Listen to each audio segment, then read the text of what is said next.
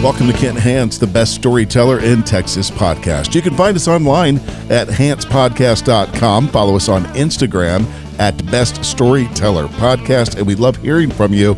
Feel free to email us, info@hancepodcast.com. Chancellor Hance, what is your saying of the day? Saying for today is a saying that I got from a cousin of mine, J.B. Hance. He was kind of an armchair philosopher. He owned the Pancake House in Lubbock. Some people called him Fat JB.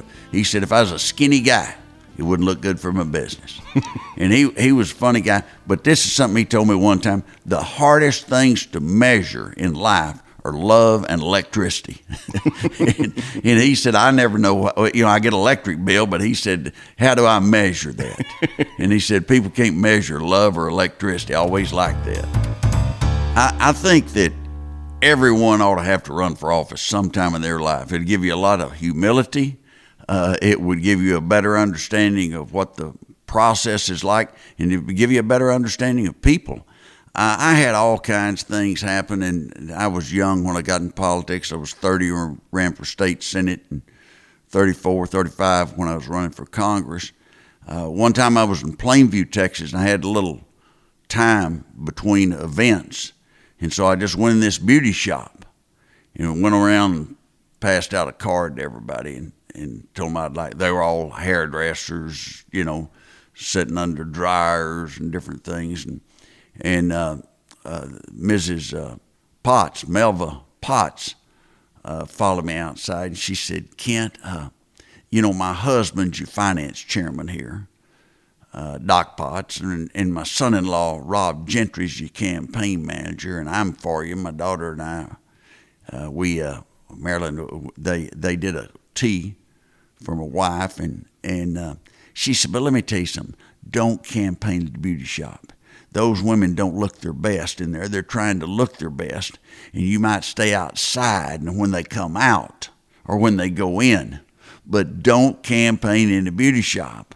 When they're like a bunch of wet dogs, or everybody's got their hair wet and they're under a dryer, and I went, yeah, you're right. Now I never did. I've never campaigned a beauty shop after that. She helped me out. You learn things the hard way. I learned one time not to judge a beauty contest. I was a sitting member of the state senate, and they asked me to judge a beauty contest, and I judged it, and they introduced me as a judge, and everybody clapped and everything.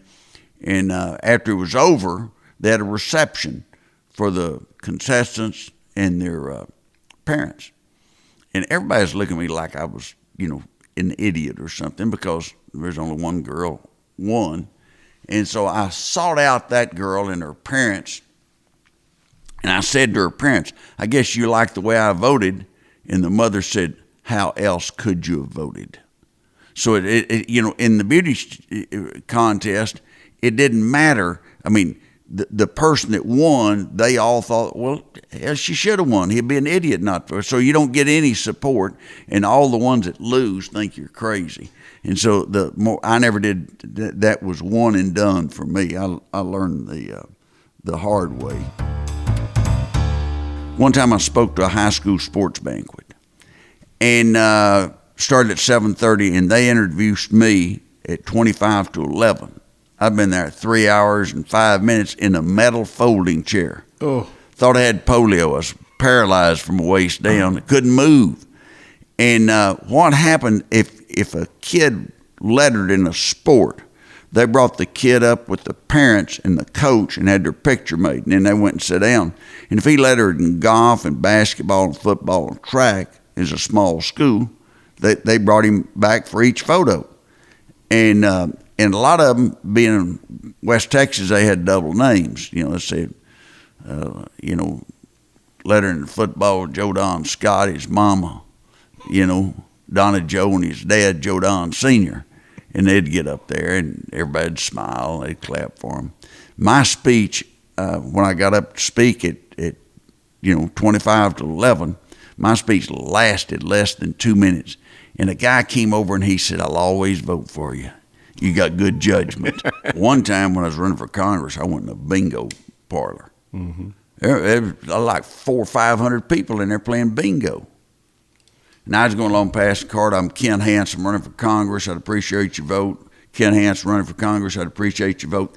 So the lady goes, get your ass out of here. I'm playing bingo. And I went, yes, ma'am. I left, and I didn't go back to the bingo parlor. That could be a rough crowd. Well, I mean, she was directing to the point. She had evidently heard someone give the lecture be so clear and concise they cannot misunderstand you. I didn't misunderstand her. I moved on, and she was pretty tough. You know, and sometimes it'll be humiliating. I mean, you're throwing yourself out there to the public. Mm-hmm. And in this day and time, people say anything. But I was campaigning in Slayton, Texas one time, right outside Lubbock. And I'm trying to think the most famous guy from Slayton was a guy named Bobby Keys. And he played the saxophone. He played with the Beatles, Johnny Cash, Barbra Streisand, Elvis. I mean, he was big time. And he died at an early age. His liver just gave out. Mm. But he was a party animal and big time in Slayton. But I'm campaigning in Slayton, and they have a deal, meet the candidates. So they invite all the candidates. And what happens, you go and you take your family and some of your top supporters. And there'll be a few people locally that'll come to listen, but not many. And so they were saving, quote, the best until last. They were saving the congressional candidates till last. And I was dead last. Well, by the time I'd spoken to the guys running for constable and JP and county commissioner and they'd all spoken and they left. And so this guy that was going to introduce me, he said, I'm going to introduce you and I got to run. He left, there's one guy left. I'm on the back of a truck speaking, there's one guy.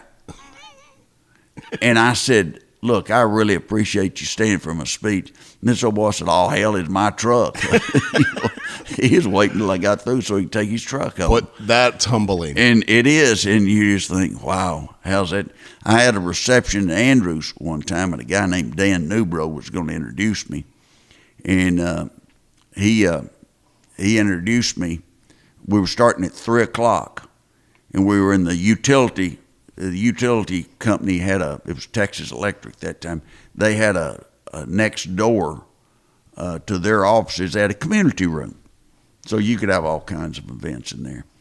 And we go and we have it at 3 o'clock, and I told the guy how to introduce me and emphasize certain things. And we get in there, and Dan Newbrow, he introduced me to a guy named Gary Gaston, and Gary's the only person who showed up. And I said, hey, Gary, good to see you. Anybody out in the car? No, there wasn't. And so I took him over to the newspaper.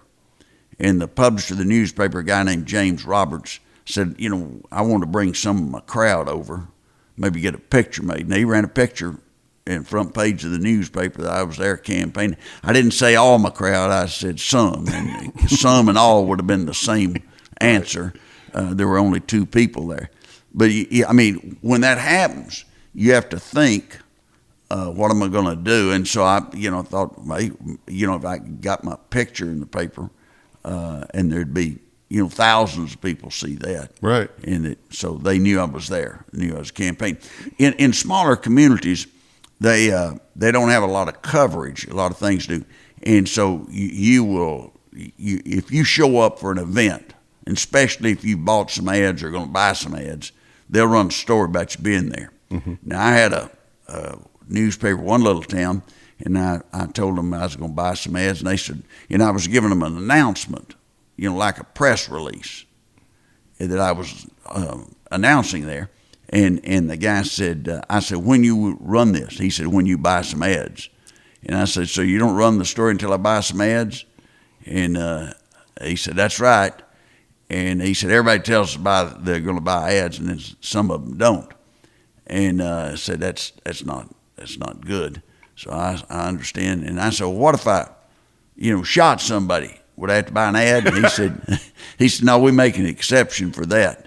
That they'd go ahead and run the story on that. But I was in Lorenzo, Texas, and they had a little old radio station. And the guy interviewed me and was really great. And I told him, well, I wanted to buy some ads. and what kind of packages. He said, I got a $25 package, I got a $50 package, I got a $100 package. I said, what can I get for $250? Because I'd budgeted $250 for that radio station. I said, what can I get for $250? He said, hell, you can have the station. Well, business must not be real good.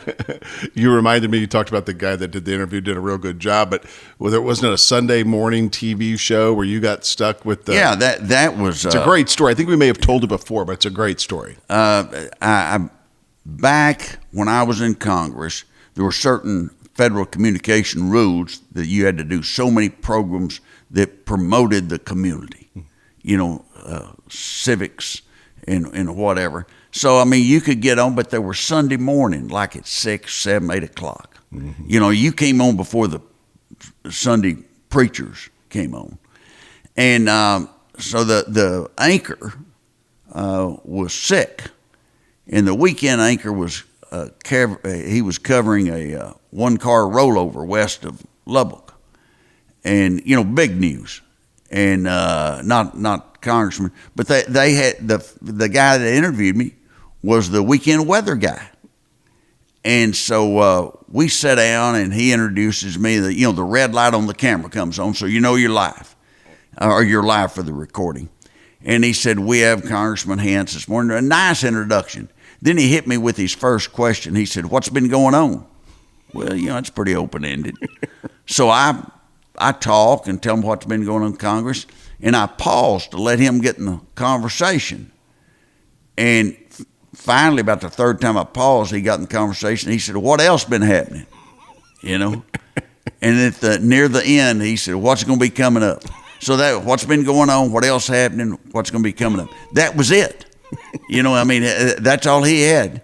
And I thought to myself, he's not going to run, Dan Rather off the news. I mean, he last time I heard from him, he was selling appliances in Abilene. It didn't work out in the news business for him. Speaking of the news business, you had a brush with fame before she was famous in West Texas with a reporter that forgot to hit record. Oh, yeah. This is great. I'm in Amarillo, Texas, and it's Channel 7 had a reporter out there, and she interviewed me, a real attractive young lady, probably early 20s, 21, 22, something like that. Looked like she's just out of college. And I did a little interview with her, and then she was a camera person, and, TV stations don't spend a lot of money on personnel. They send you out there with the camera, and you got to do it all. And she forgot to hit record, so I had to do it twice. But her name was Lisa Kudrow. And she went on to be in Friends, and she did well. But if you look, it's kind of hidden. But if you look long enough, you'll find that she worked for Channel 7 in Amarillo, Texas. Lisa Kudrow.